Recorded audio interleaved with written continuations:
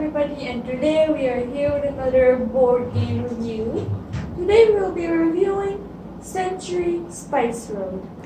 Assalamu alaikum everyone, and today we will be telling you why you should play Century Spice Road, a classic gateway trading game which is very recommended by everyone. But here I'm going to tell you why you should be playing this.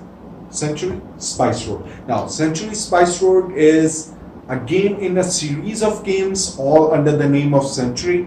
Spice Road is the original one, and of course the most relatable and the most easiest one about all of this. So if you had to pick just one game, you can pick this one. A very similar, the exact same game is called Century Golem Edition, and that Golem Edition just changes the theme to a more fantasy theme, but the game is exactly the same. So if you like more traditional, old classical Spice Road trading spices, then you can use this. Otherwise, get the Golem Edition for a more fantasy theme moment. I love fantasy. Alright, so what we have in the game is each of the players start with their own caravan. So we have our caravan cards, which shows 10 spaces. Maybe you cannot see it from that far away, but it shows 10 spots. So this card does nothing other than a storage space that tells you that your caravan can pick up 10 goods at the one time. Now the goods that we have in this game are, I will forget their names. Do you know their names? Turmeric or yellow. We have saffron or red. Then we have cinnamon. Cinnamon! Wait, no, the brown one's cinnamon. Cinnamon. Yeah, sorry. Cinnamon. This one is cardamom. Sorry. Cardamom or green, and cinnamon, or what I like to call chocolate. So these are the 4 spices that we will be trading. The theme of the game is very simple. You're a spice trader, and all you're doing is you're planting some spices sometimes, but mostly you're trading spices, up trading them or down trading them. So you might actually buy a lot of small spices or plant a lot of small spices or cheaper spices and then trade them in a market where there is a demand for those spices like turmeric, and then upgrade them for cardamom or green. Now, let's talk about the market. Yeah. So overall, this game is a combination of these resource exchange as well as a game about your engine building. So these games are called engine building because you will be trying to get a hand of cards and using them to build an engine that I'm going to plant this will give me this I will trade for this, and this will let me do something else. So you're kind of building an engine which works for you. Yes, is that how engine works? I don't know. Alright, that's how a cycle works. Yeah.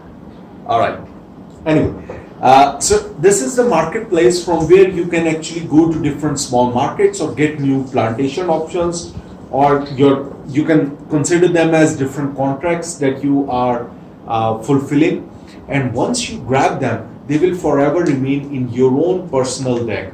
Every player starts with 2 of the same cards. One is the Plantation of Turmeric, which is the cheapest resource. So anytime you play this card, you're going to get pure turmeric because this is your own plantation. This is not a trading, this is a simple plantation.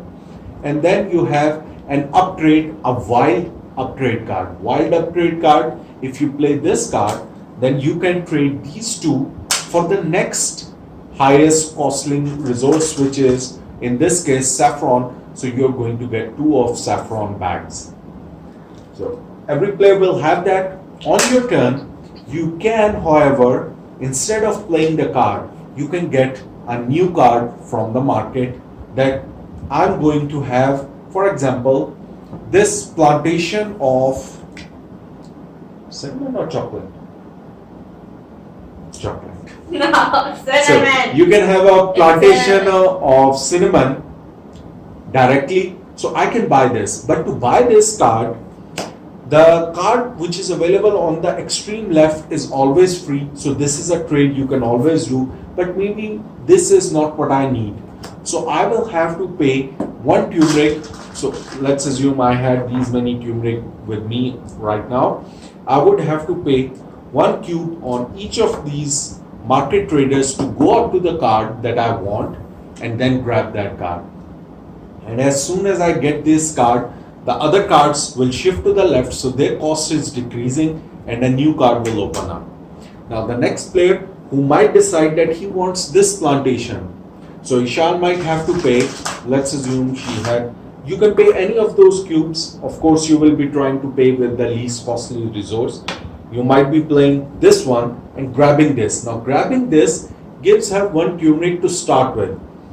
Now what's this movement is doing is making the card which was nobody's picking up more and more lucrative, because it's going to have more and more resources as these slide, and people want some new card to be picked up. They will be getting a more lucrative option on the left side. But this now permanently adds a plantation in my hand, maybe an upgrade or downgrade in my hand, and these cards I can play on my turn. So next time I play this card, I will immediately get a plantation of cinnamon on my caravan, and this is how the play. So this is now in my discard pile. Every player will have their own discard pile. They will keep playing the cards, doing those actions, upgrading. This let me do get 2 plantation.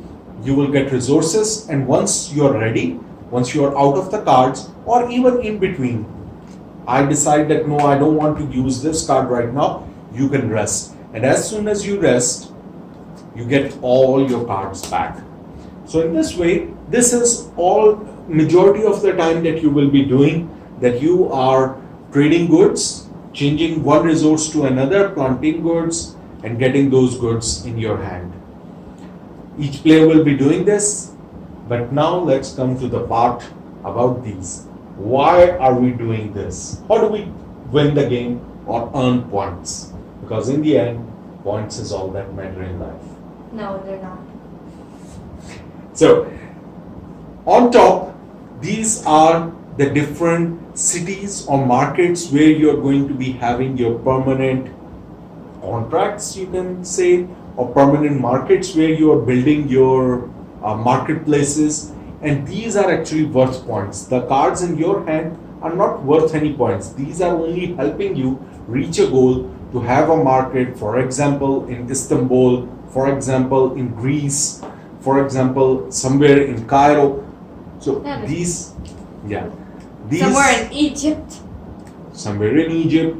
So these cards have beautiful pictures of different marketplaces that you can then own all by yourself. Now, the cost of having a marketplace all by yourself is written below. So if you are able to pay that much resources, then you claim this market that now I will be the trader of Egypt, and this gives me, the points are given on the card as well, for example 12 points, and it will give me these cards. Unlike the section here, you can buy any card from here by paying the resource that's available at the bottom, and as soon as you pay it, then it goes face down with you.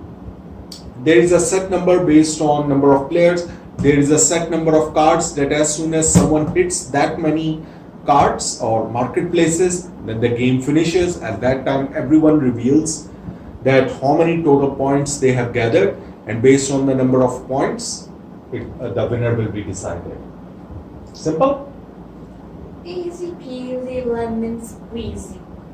Yeah, it's one of the easier games. We haven't delved into a lot of other small rules, like if you buy one of these, even though their points are given here, but you might get some extra metal points, which are worth additional points as well. So even though you will be getting this one, but you will be getting an additional bonus for picking this card up.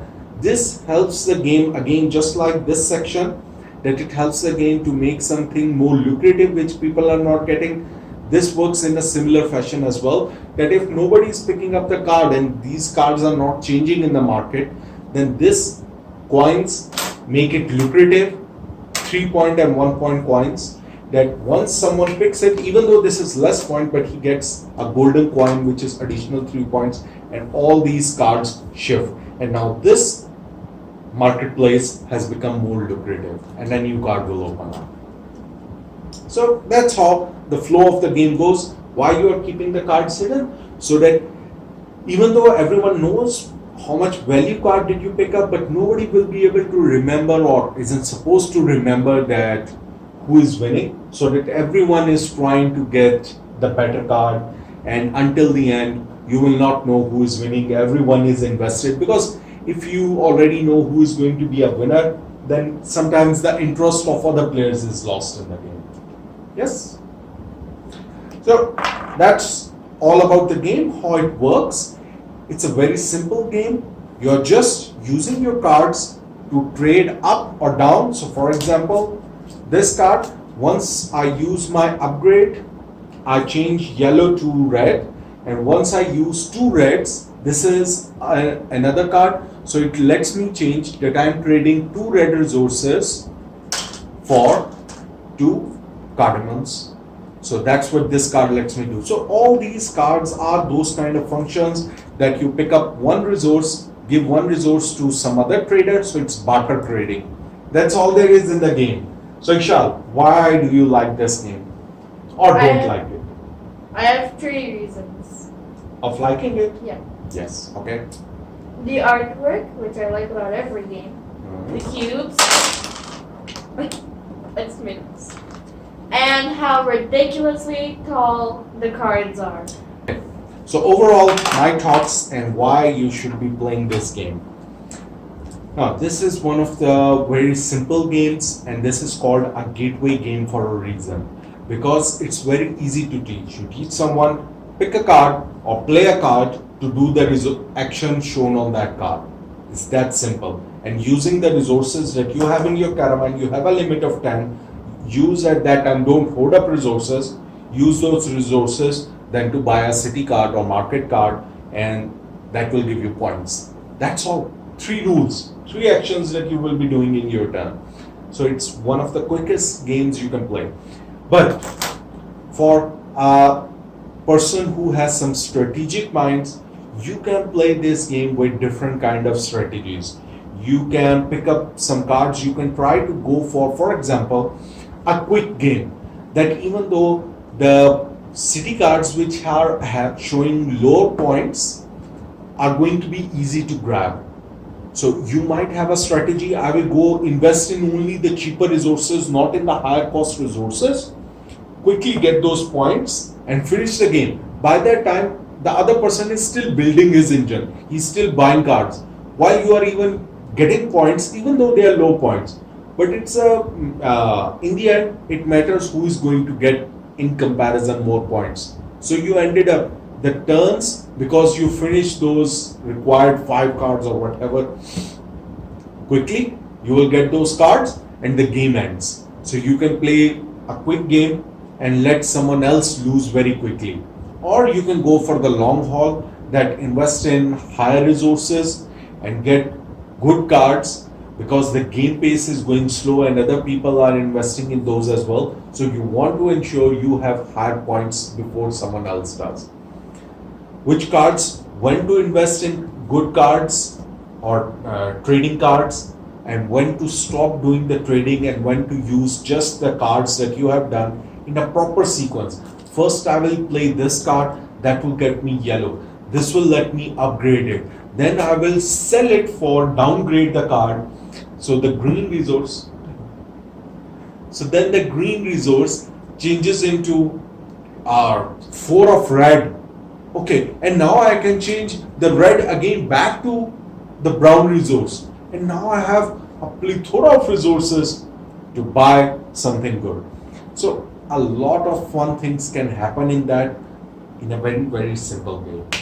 So beautiful game. Components are beautiful, the Red Bulls, the artwork, the cubes, and everyone likes to play with big cards, tactile pieces, and it's going to have be fun for a family weight game. So that's it for our review. I will give this game 7 out of 10. That's it from us. Happy gaming. What is that? Happy gaming. Happy gaming!